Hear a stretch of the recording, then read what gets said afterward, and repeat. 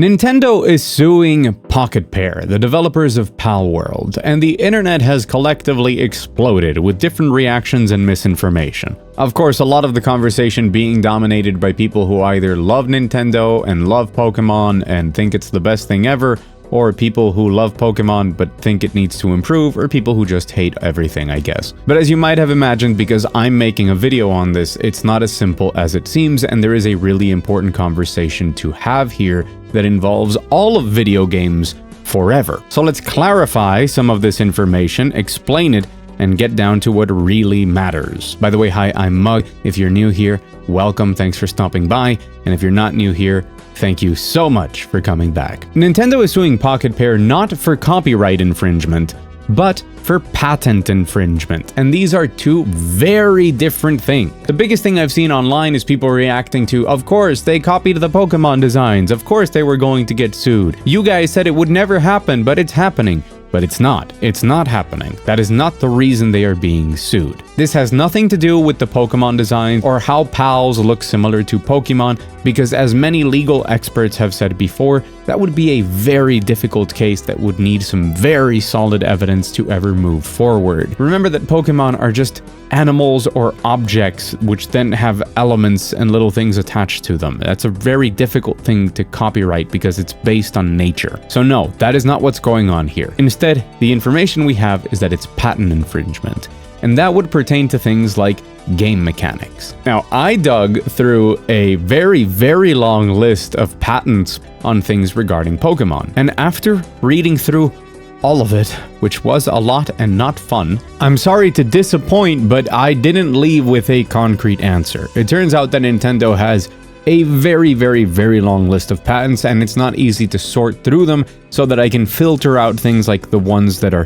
for peripherals and controllers or ways of interacting with a console, and just put the ones with gameplay mechanics. Just in case, I also checked any patents by Game Freak and the Pokemon Company that were applied to with Nintendo and they could be enforcing it. And just in case you want to do some of the digging, I've left the link down below in the description. What matters though is that the multiple infringements of patents that they are doing could be pretty much anything and could be presented in many different ways legally. It could range from maybe Nintendo has the idea of throwing a spherical object at a creature to capture it with an RNG chance, to the idea of breeding creatures together and having them evolve or have distinct traits depending on the conditions in which you breed them. There's just a lot to sift through here that is kind of pointless because we'll find out eventually. And some of these could be useless. For example, throwing a sphere to capture a creature. They'll just change it to a cube or make it a gun. But others might have more significant impacts that would require larger changes in the game to avoid the situation or would have to be fought legally. Which, by the way, Pocket Pair has said that they're going to fight it because that's in the best interest for indie creators and for game development overall. And that's true, so let's talk about that. But the reason this is such an important conversation and something that we need to talk about is that the idea of taking down another game or forcing it to change significantly due to patents is a practice that we haven't seen in a while, but is incredibly dangerous. So you have to come all the way back with me to remember Shadow of Mordor. Yes, the Lord of the Rings game that came out in such a kind of not great year for games that it won a ton of Game of the Year awards. I mean, it's a great game. It's just, doesn't really stack up quite exactly to other Game of the Year candidates, but yeah. Shadow of Mordor, in case you never played it, is kind of a blend of Assassin's Creed and Batman, and it's really, really good. But the one really unique thing that it did, beyond taking other things from other games and then just doing that really well, was the Nemesis system. A core part of the game is that the orcs had different generals and figures within their army, and taking them down or conscripting them into your army was a core game mechanic. The Nemesis system is a fancy name for a system where if you took down an orc, they could come back, maybe injured and having developed a resistance to the technique you used to take them down before. They would remember you and be angry and remind you of your last fight and have those mechanics change based on it. The different orc generals could form alliances and start working together to counter you more directly. and underlings of those orcs could arise to take their place once they were eliminated, having learned from the experience of their master dying. This interconnected system that made it so you had active rivalries that evolved with these different characters throughout the course of the game was the Nemesis system. And it was universally praised and much beloved because it added so much personality and just the right amount of wrinkles to the game systems to keep it engaging and for the player to actually kind of develop their own real rivalries with these fictional NPCs. And be like, yeah, this orc is a piece of garbage. I'm actually gonna hunt him over and over again until I 100% confirm he's dead and stuff like that. And Warner Brothers patented this system. And they patented it hard, meaning that anybody that implements anything even remotely similar to it would get sued for patent infringement. This has essentially locked away anything regarding the Nemesis system from ever being used again by anyone else.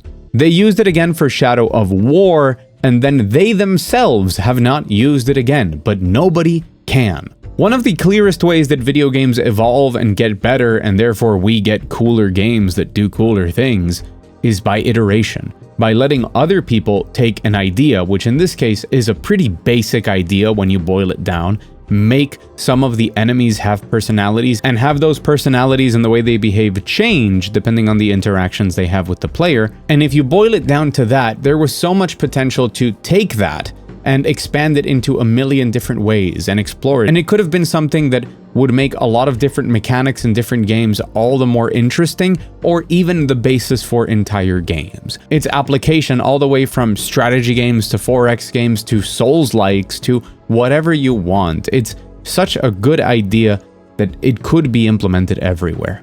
And it never has because of this patent. Now keep in mind, once again, not a legal expert, but from what I understand, the Nemesis system patent is quite unique. It's a patent that normally wouldn't get granted at all, and to truly infringe upon it, you would theoretically have to be pretty similar in many key ways to how the Nemesis system works. However, the fact that the patent exists and that there is a chance that on decent legal grounds and with the huge lawyers from Warner Brothers, they could sue you is enough of a deterrent for people to not explore this much further. Or in other words, an idea that is as simple as I said before is very shied away from because of chances that it could run into that patent law. So for me, there is a question here of the principle of it all. If the Pokemon company wanted to patent the idea of throwing a ball and having an RNG chance to capture a monster being exclusively theirs, that sucks. But Palworld could get around it with whatever the resolution of it being, and the game would be fine by just changing the ball to a cube, probably, or in the worst case, changing it to some sort of gun.